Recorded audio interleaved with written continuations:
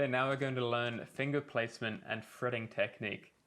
If you're playing right-handed like me, then the fretting hand is your left hand, but if you're playing lefty, then everything still applies except to your right hand instead. So naming the fingers, we have the thumb, first finger, second finger, third finger, and pinky is the fourth finger. So take all four fingers and place them on the low E string with the first finger positioned over the 5th fret. So remember the fret markers go 3, 5, 7, 9, so fret 5 here. The fingers should be up on their tips, pointing straight into the fretboard. You might find your first and fourth fingers angle inwards slightly. That's normal, mine do too. Just make sure the contact point is on the tips, even if it's the side of the tip. Your hand and fingers should be curved, with space between the neck and the palm of your hand. The job of the thumb is to provide counter pressure to the fretting fingers, and it should be on the back of the neck, roughly under the second finger. Your elbow should be slightly in, and your forearm just kind of hanging loosely. You don't want your wrist too far forward or too far back, but there should be a nice neutral arc all the way through around to the tips of the fingers. So keep your first finger down, touching the string, and remove the other fingers, just enough to stay clear. The contact point should be right up against the fret wire, not directly on top, but just back a little, up into the corner. Now press down gently, and feel the contact between the string and the fret wire. Now pluck. Listen to the note. Does it sound full or buzzy? Adjust until you can play it and hold a clear note, letting it fade away naturally. So once that sounds good, try sliding your finger down within the same fret. See how you need to play with much more pressure the further away the contact point is from the wire? So that's why it's important to practice playing as gently as possible right up against the fret wire. Now playing it clearly one more time. Up against the wire. Gradually reduce pressure until it starts to buzz.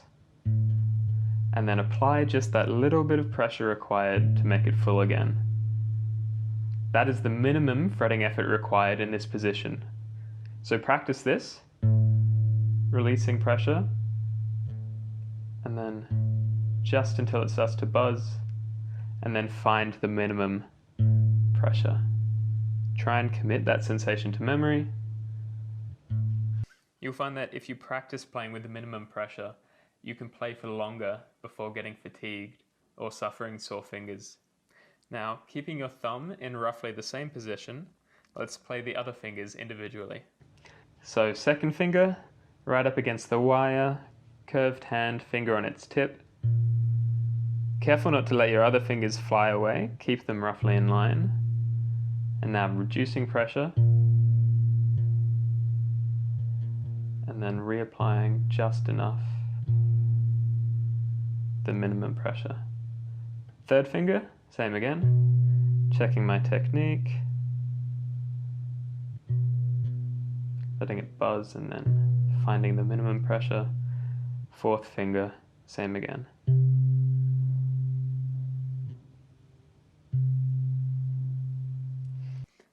And it might be tricky getting your fourth finger to behave, but really it just takes practice. Just focus on those fine controlled movements, and over time you'll find it become easier and easier. So play around with this one for a little while, try it in different positions on different strings, and really get a feel for it and that minimum pressure. So this exercise, we're only going to be using our fretting hand. There's no plucking involved, it's purely the fretting. Take the first finger to the 5th fret of the 6th string. Get your hand and fingers in position, and for each finger, tap the string to the fret 4 times. Trying to make a consistent audible note each time. Make sure your fretting technique is correct, and maintain contact between the fretting finger and the string at all times. Don't let your other fingers fly around. And remember, you're not hammering the notes, you're just tapping lightly yet audibly. Keep going and become aware of the role your forearm is playing. Feel how by keeping your fingers rounded and up on their tips, much of the force required to press the fingers down is actually generated in the forearm. So now try going backwards, fourth finger to the first. Trying to keep it controlled and consistent.